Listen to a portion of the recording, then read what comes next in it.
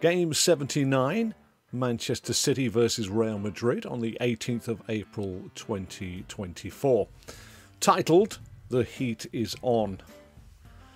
Not too much of a journey for me today into the Gary Briggs studio, but what welcomes me is a sweaty booth.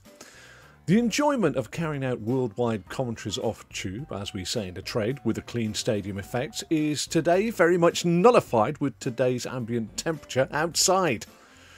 The studio today is about 6 foot square and the aircon appears to be broken. In fairness, the aircon is basically a vent, as any mechanical noise can be picked up by our microphones. So it is a little stuffy and sweaty. The jean and jumper combo, completely natural for outside, is fine, but in the fridge-like looking studio, nay, sauna today, could be seeing my testicles getting as sweaty or as slippy as a bar of soap that has been left in the bath too long. Not a pleasant thought or image. Anyway, on arrival, it is reasonable, but once the door is closed and the temperature starts climbing, I may have to go topless. The imagery is now becoming a little too vivid for you all. I am on my own, so if required, can remove the jumper for a little respite. I haven't really suffered as others do with hay fever, but today I have a little sneezing fit. Just 3 sneezes, but it awakens my sinuses. Eyes water momentarily, and concern about the 90-plus minute commentary surface in my mind. I allow my mind to chip in at this point, saying, "What about extra time and penalties, sniffer old boy?" I think and decide it isn't going to happen, but like a ticker tape across the bottom of a television screen, that scenario rolls across my mind constantly from right to left. As I prepare and do Commentator's pre-check, I feel the first inkling of perspiration droplets moving between my shoulder blades. I decide now is the time to remove my sweater. Aptly named, although I could have used jumper, pullover or jersey, or woolly, whatever your choice. So, sat in the studio, moobs out and a little sweaty, I glance briefly at my Buddha-like body and think of the way I've let myself go, a little ashamed of my body shape, instead of saying, like many tubby bricklayers I worked with yesteryear who would wobble their girth whilst being ribbed, all bought and paid for. If you want to learn to survive the bricklaying gang, it was a tough environment, right up there with a school playground. On a side, it wasn't really banter or piss-taking, it was brutal sledging. Whilst the playground, you were growing up and not worldly wise, where insults were heard for the right or wrong reasons. They really did hit home. It was, though, the same for everyone. Ish. Time was moving on towards kick-off or on-air time when a knock on the studio doors disturbed me. Fuck! I grab my jumper, this time, and cover my moves as the door opens, and it's a pretty lady. Oh, for fuck's sake. She politely inquires if I want to drink while she's making one. I glanced up, bespectacled, sweaty, snotty blob covering his move like a young lady covering her breasts, but very old and with all 3 strands of hair left on his balding pate ruffled. "No, I'm okay," I reply. She backs away from the startled, sweaty blob and says, "Wow, it is hot in there." It had quickly got up to sauna heat inside. Now, I know I'm not there to impress, but I cannot help but put myself in the seedy, sweaty bloke in a cubicle in Soho bracket. The glamour completely gone to anyone who might wonder about limousines taking commentators off to games, etc, etc. My mind enjoys throwing me under the bus mentally, and things take a little nosedive in that area. Manchester City versus Real Madrid in the second leg of their Champions League semi-final at the Etihad was the call for the night. Balance finally at 3-3 after the first leg, and City will be keen to avenge a late semi-final defeat a couple of years back against Madrid. Another game I commentated on where City was stunned late on. But once again it was Madrid who hit first when Rodrigo's instinctive shot was saved at point-blank range by Ederson, only to see him wrap in the rebound. Manchester City drove towards the Madrid goal looking for an equaliser before Kevin De Bruyne popped up the equaliser high into the net. But remember, in my 3 sneezes fit prior to kick-off, well, after 90 minutes was up and into extra time, there was movement down the nasal cavities and into the back of my throat. I'm sorry to inform you of this, but an active inhalation moment brought a necessity for a cough. It was an immediate requirement without prior warning. As quick as a flash, I realised during this live commentary this needed to be expedited even quicker than normal. The speed of the natural bodily cough saw something fly from my open mouth. I was caught unawares. Undaunted, I flew after the millisecond of bodily reaction back into commentary mode, hoping upon hope that my commentary supervisor hadn't heard the cough. Not that I could help it, but if he had heard it, my ratings could take a big hit like an 8-10 round in boxing. Not that I look at the marks afterwards. Much. Extra time turned into penalties, and now I was thinking more about my fee before realising the offending projectile hadn't been found. My eyes widened so much you'd have thought I was sat on a red-hot poker. It had landed on the desk. So now the scene was set. Not penalties and who would proceed to the final, but moves out, sweaty head, heat beyond normal range, snotty nose, incoming possible cough at any time, and flobber on the desk. Penalties went on forever, it felt. I needed a towel, not to mention a tissue. City were out. I wrap up faster than water flows through a colander and open sesame the door to some less heated air. I was drenched. Even my ears had perspired in my headphones. Jumper on, tidy up ensues, and paperwork popped in the bag. You see, life isn't always as straightforward when you're talking to the world, or maybe just some lonely punter in a betting shop. But it won't just be me. Audio description doesn't allow for dead air. TV bods can leave a pause to mop up coffee or some offending matter and let the pictures work for them. I drive home wondering if everything was okay. You don't want to ask, but sometimes you wonder. As a human being, everybody wants to know if they did okay, and I'm the same. But I have learned over time that no news is good news. With the car aircon on and the lights of treachery dealt with, I arrive home ready for a shower, then bed. Maybe I haven't taken on enough fluids, but my pre-shower wee is as strong and as dark as it could be. It stinks. I pour some water and drink some carbonated flavour water. That should be enough. And I'm really getting like I did when I used to top up the oil in my old car. Anyway, it's bedtime and the heat is off now. Game 80. Tajikistan under-23s versus Iraq under-23s on the 19th of April 2024. Titled Inspired. Today I awoke in a strange mindset. Whether it was a late night or just the sheer tiredness, I don't know, but I really didn't mentally have time for irritating small talk. Good start to the day then. Work was proving troublesome, and because of my mindset, easy tasks I couldn't be bothered with and hard ones could piss off. That's how the old man felt. I was off to West London again today for another under-23 cup game for the AFC. My mind came round a bit during the morning and I mellowed a touch, but not completely. I still found things that bored me annoying. Prince Charming? No. Angry Ant, not adamant. My wife must have been happy when she finally deposited me at Longhamborough railway station. It's just after lunch and the train arrives and it was fairly empty. I found a seat and then contemplated my lot. My research of today's game had been done, so I popped my earphones in and looked at YouTube for a while. I couldn't really be arsed doing that. YouTube felt like TV of last night. Hundreds of channels but nothing grabbing me. This time it was the thousands of ad-filled videos that didn't do anything for me.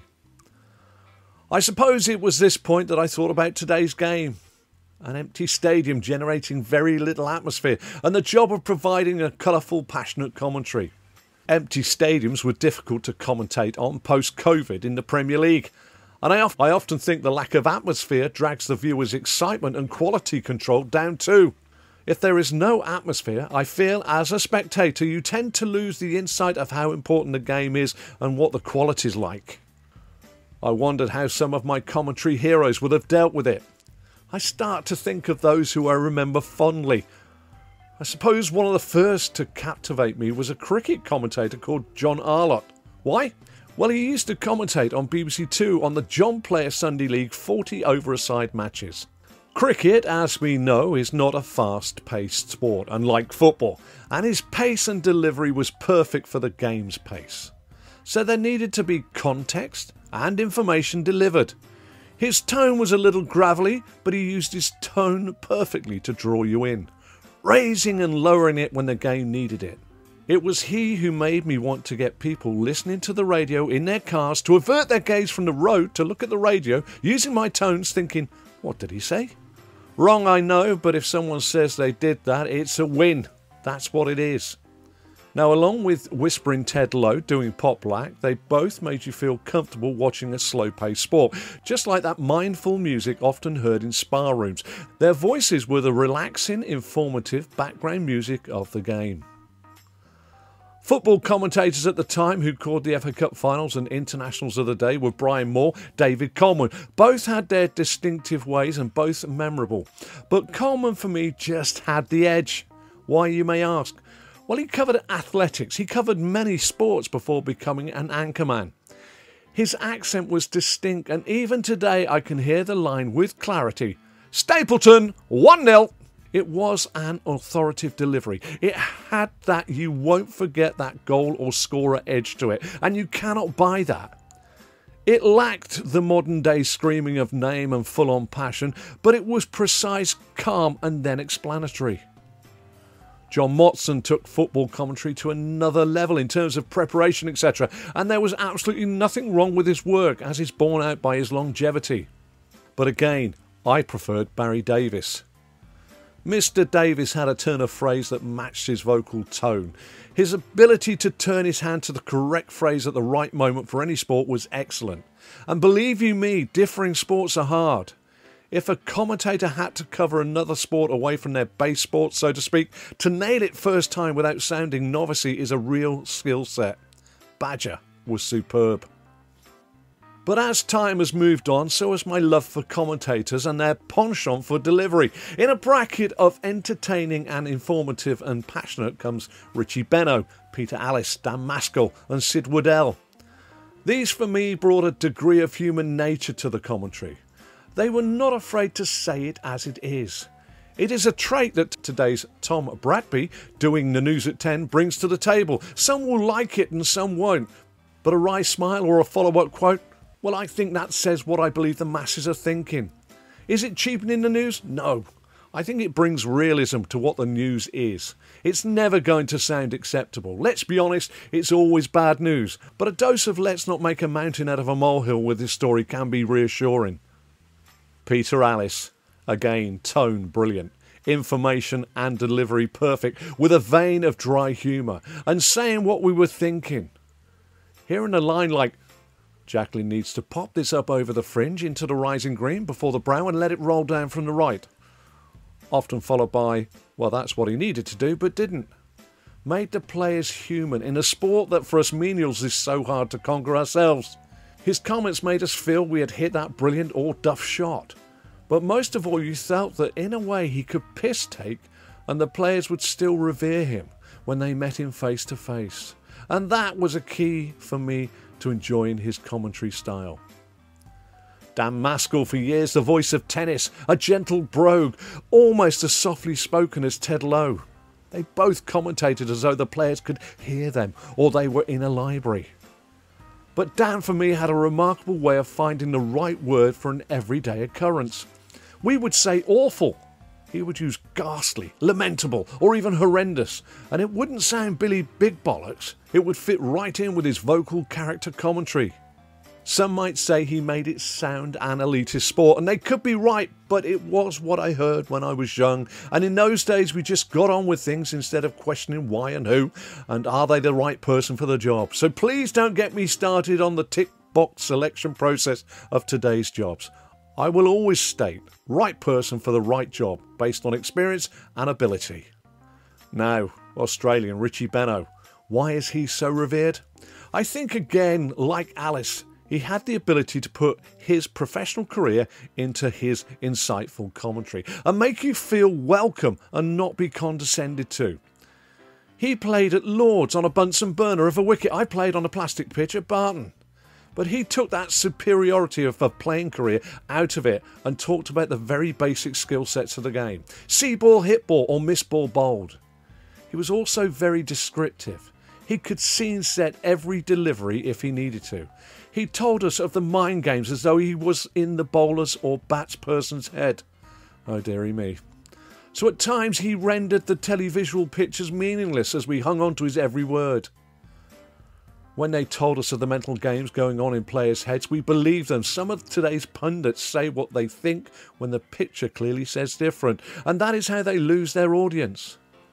Tony Greig also had this ability, but he could be more inflammatory and candid sometimes. But my absolute hero, and many others' hero too, was Sid Waddell. He loved an analogy. He loved a quip. He delivered at pace and with a controlled frenzy at times. His mind was sharp and his accuracy was as good as the professional dart players playing. He had a real feel for the game and the scenarios unfolded, and his educating and excitable delivery swept you along. He used all of his skills, articulation, passion, speed, wit, and informed opinion to the max, and often at 100 miles an hour. Did he demean the sport with his analogies, which were pert and funny and on point? Absolutely not. It made him as necessary as the talented darts players for the game. Oops, I'm at Paddington. 52 minutes of maybe reminiscing had elapsed, and no doubt there are more I could have added. Can I please add for those listening or reading, yes, they are all male. But that was who I grew up with, not who is around today. They shape who I would love to be like. Onto the tube and across to Goldhawk Road. Uber to Gravity as a knee screamer straight really wasn't for my knee today. Brenner's is glad to see me, not because he likes the look of me, but moreover I am here on time and actually here. Into booth 9 and the coolness after last night's sweatbox of the Gary Briggs studio. On the way into the booth, a guy who is working on some UEFA Champions League stuff stops to tell me how much he's enjoying the podcast, which was nice. Fast show circa early 2000s. Under 23 fair today, Tajikistan, don't forget the extra I, and Iraq. It was an okay game. Iraq won 4-2. But there is an incident shortly before half-time which still baffles me today. VAR and ball tracking in cricket. Hold that thought. A Tajikistan free kick swept into the Iraq penalty area. In comes a cross, but the first defender glances the ball up in the air and over the crossbar for a corner. But no, the referee is being called to the monitor for a possible penalty shout. Now, this is complex. The keeper for Iraq has followed the flight of the ball into the box, so that as he comes out to punch it away, he would be there, as any keeper would do. But as he jumps into the defenders and attackers, it has now hit or been glanced up and away off the first defender's head. But he still goes through his punching motion as he collides with defenders and attackers in his path. Nothing untoward from my view, as if it hadn't been glanced away, he would have punched it away. But the monitor man is obviously bored with his lot and feels there is a penalty for a collision with one of the many players around the keeper, of which one is an attacker, and asks the referee to look at it. Slow motion, forensically perused, and the keeper clatters his own defender and forward, which he would do every fucking day of the week. But monitor man deduces that the interference, which watching in super slow-mo, was only about 35% on the attacker and 65% out of the 100% against the defender, warrants a penalty. This is a normal everyday challenge, which if the defender hadn't glanced it away, the keeper would have punched it away and nothing would have been said. I am floored, I am flabbergasted at the intervention, and I am angry. This was the action of a man sat in a darkened room, bored. Brenner's concurs at half-time with my obvious outrage. It has unsettled my second half commentary purely because of every decision from that point on. You try not to be quick to call, just in case the possibility of bored monitor man getting involved. Game over. I stumbled down the knee screamer straight post-match to the tube station. The train is busy as I reflect in my seat of the game and that incident. Remember those commentators who inspired me? Those many names. Who could have done the whole match scenario best? The penalty incident is key. It was perplexing and still is. Watch it on YouTube. Arlott, Lowe and Maskell are ruled out on grounds of delivery of a pacey sport. Alice is under consideration, but feel even his wordplay and dry humour would have fallen foul of the integrity of the game when it became so obviously perplexing. I feel Sid Waddell might have followed my line, but not short of his restraint whilst in full flight mode. That could have led to some cracking acerbic analogies. Benno, I think, would have danced to the commentary water's edge before dragging himself back, which is pretty much what I did, leaving Moore, Motson, Coleman and Davis. No, all four would have dealt with it in their own way. I think Motti might have fallen head first into a slightly muddled commentary and pulled it back with a realisation that what he saw and what was right but was now wrong had caught him out. This is a commentator's nightmare. Brian Moore would have dealt with the issue coolly and moved on as he was a top-notch professional, as I think David Coleman would have. They both could do a non-emotive surrender in a professional way.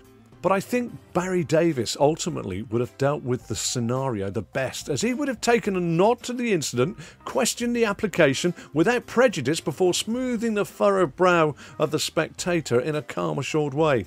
Then he would have been articulate enough to have got away from the scene of the crime whilst leaving the officials with their dignity. My recollection wasn't my on-air reaction, so maybe as I head home I was inspired by my influences of yesteryear.